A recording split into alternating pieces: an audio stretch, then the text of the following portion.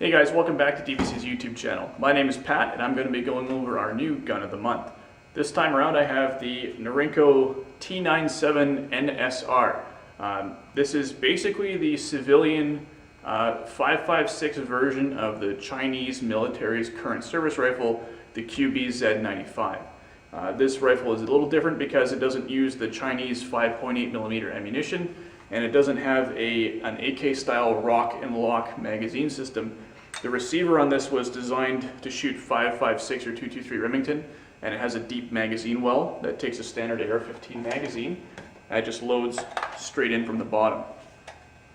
So this rifle has an 18.6-inch barrel. It's non-restricted, which means you can go hunting with it, carry it around with you in the bush, and it's actually a pretty interesting choice. Unlike an Israeli Tavor, which are pretty heavy, this rifle is quite light. It's only around 6.5, 7 pounds by my guess. It's pretty well balanced and it's pretty comfortable to hold for an extended period of time. There are some downsides to it though, and ergonomically the Tavor definitely is a much better thought out rifle in terms of controls. On the T97, the safety is on the left side only, and it's all the way at the very rear of the rifle. Keep in mind the trigger mechanism is actually back here.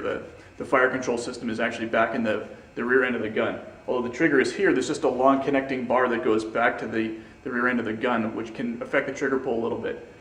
But the safety is actually back here. It's a 2-position safer fire, and it's a full 180-degree throw, and it's not very easy to use. If you wanted to be switching from safe to fire like on an AR-15, this is going to feel quite a bit different, and so it takes a bit of getting used to. As well, the magazine release is on the right-hand side only, and it's a little bit tough to get to. I'm just going to insert a magazine. So you have to as a right-handed shooter, you have to kind of come up and tag it with your finger, kind of blind, and just strip it out of the gun like that. It's a little bit awkward, but once you get used to it, it's honestly not the worst. The rifle does lock open on an empty magazine, but there is no external bolt hold open device. So the only way to lock the bolt open is either to use an empty magazine, or you can run your finger up the back part of the magazine well and kind of manually lock it open yourself. Again, not great, but it's not the end of the world. It comes factory equipped with iron sights, kind of an odd looking arrangement, but you have a carry handle, and there's also an unusual Chinese style mounting system. This is designed to put on a kind of a Chinese military infantry scope, and they have a very proprietary mounting system. It's not at all like a standard Picatinny rail, although you can get adapters to put one on there.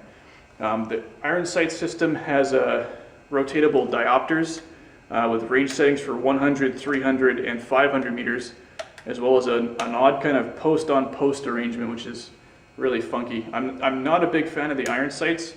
The rear aperture is very thin, and you lose it immediately as soon as you take a sight picture. It's not at all as good as an AR-15. Alright, so I've got my Type 97, 2 5-round magazines. Got my target set as far back as it'll go. I'm going to try to put 10 rounds through it, try to keep them all in the light green area, and let's make some noise. Alright.